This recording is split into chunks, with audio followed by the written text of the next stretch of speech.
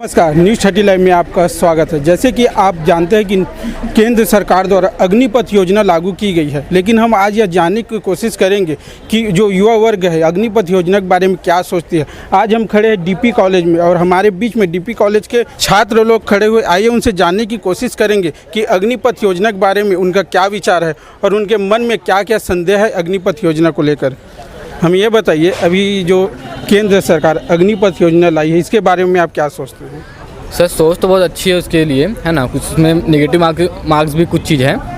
बाकी ये है कि 4 साल के लिए जो बेरोज़गार बैठे हुए हैं, है ना, उन लोगों को रोज़गार मिलेगा बिल्कुल, और वहाँ पैसे भी अच्छे हैं। और बट मेरे क्वेश्चन ये है, एक चीज़ है कि 4 साल बाद निकलने के बाद, वहाँ से निकलने के बाद तो उसके आगे हम लोग को जॉब लगेगा, है ना। सरकार बोली कि उसके आगे कुछ जॉब लगने वाला है, तो कन्फर्म लगेगा।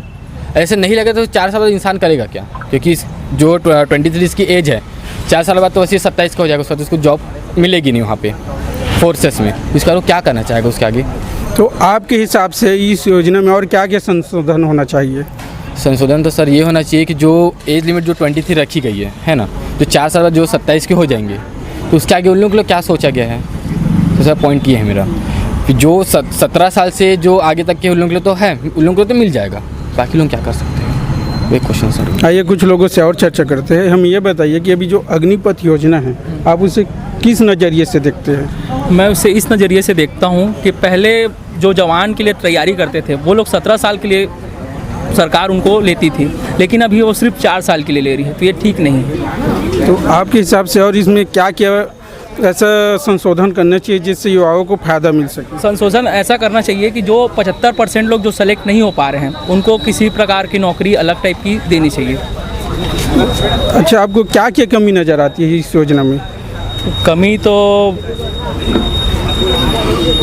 कमी ऐसी है कि जो पहले 17 साल के लिए नौकरी देते थे, अब सिर्फ 4 साल के दे रहे हैं। 4 साल के बाद वो क्या करेंगे, इसका कुछ वो नहीं है आगे का भविष्य। अग्निपथ योजना है, इसके बारे में आप क्या सोचते हैं?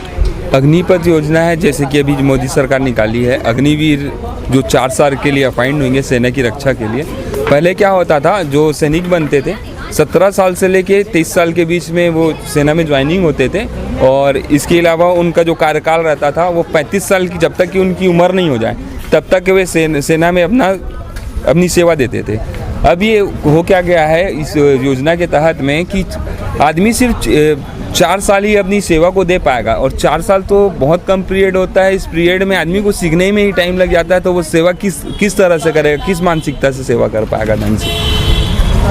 तो आपको इसमें क्या क्या कमी नज़र आती है? इसमें कमी है कि जो 4 साल का जो गैप रखा गया है, 4 साल को बढ़ाया जाए, कम से कम इसको ज़्यादा नहीं, अगर ज़्यादा ही दिक्कत है तो 35 साल से उसको 30 साल तक का कम से कम करना चाहिए, ताकि आदमी मेंटली प्रिपेयर हो और देश की रक्षा बहुत अच्छे से कर पाए। इन सरकार तो यह भी कह रही है कि जो अग्निवीर निकलेंगे 4 साल कार्य करने के बाद उनको 10% का आरक्षण दिया जाएगा। 10% का आरक्षण तो पहले भी दिया जाता था, तो इसमें नया चीज़ क्या आया है? वो तो पुरानी स्कीम है। 10% बहुत कम हो गया ये आरक्षण। इनमें हमारे जो भारतीय सैनिकों को उनको आरक्षण बहुत जगह में, कहीं जगह में 50% भी आरक्षण मिलता है। हमारे NCC NSS के जो कैडेट रहते हैं उनको कम से कम 10% 15% आरक्षण तो उनको मिलता है। तो फिर हमारे जो भारत की जो रक्षा करते हैं, जो हमारे सैनिक रहते हैं, उनको आरक्षण तो और ज़्यादा मिलना चाहिए। तो आप इस योजना को लोगों के हित में देखते हैं कि उनके हित के विपरीत देखते हैं? ना हित में ना अहित में है, मतलब अभी इसका मेंटेन आप दोनों तरीक़े से नहीं कर सकते मेरे विचार से। नाम क्या है?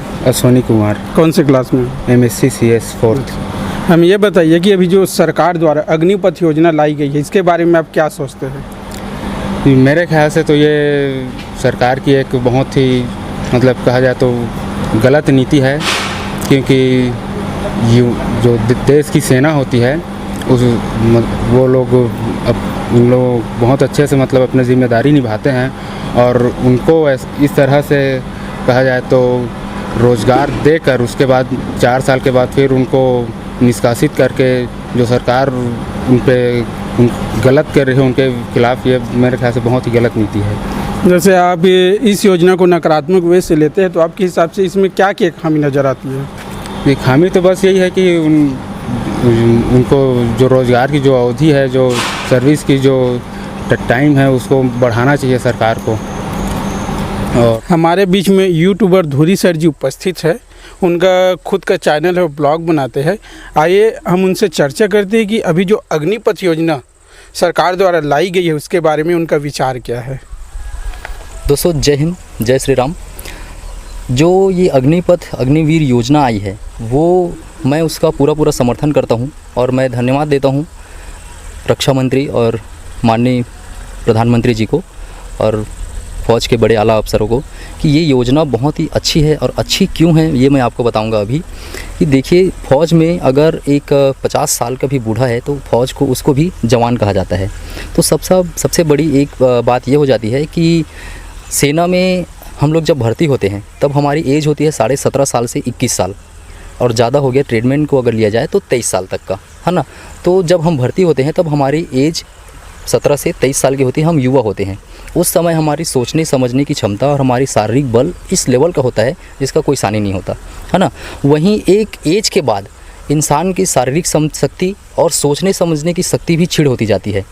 तो फ़ौज में अगर एक बूढ़ा है तो वो जितना काम करेगा उससे बेहतर काम एक युवा कर सकता है। तो अभी जो योजना आई है अग्निवीर योजना, उसमें युवाओं को लेना है जो अभी 17.5 साल से लेकर 21 साल के हैं।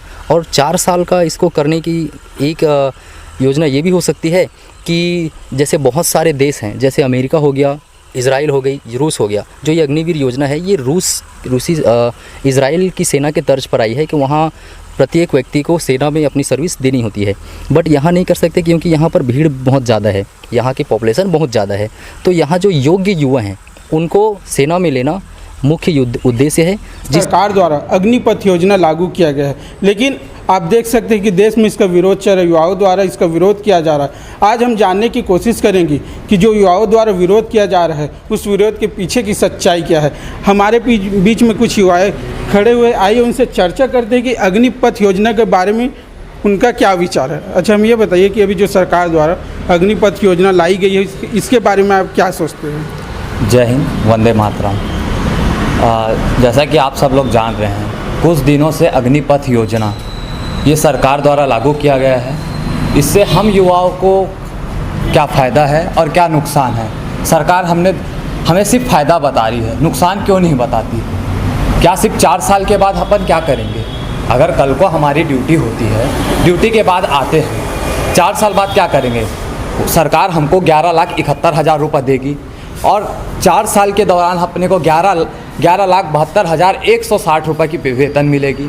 तो 4 साल में तो ऐसे ही ख़त्म हो गई। अगर ज़्यादा से ज़्यादा अपन वो करे तो 4 साल और जाएगा, उसके बाद क्या करेगा सरकार? युद्ध।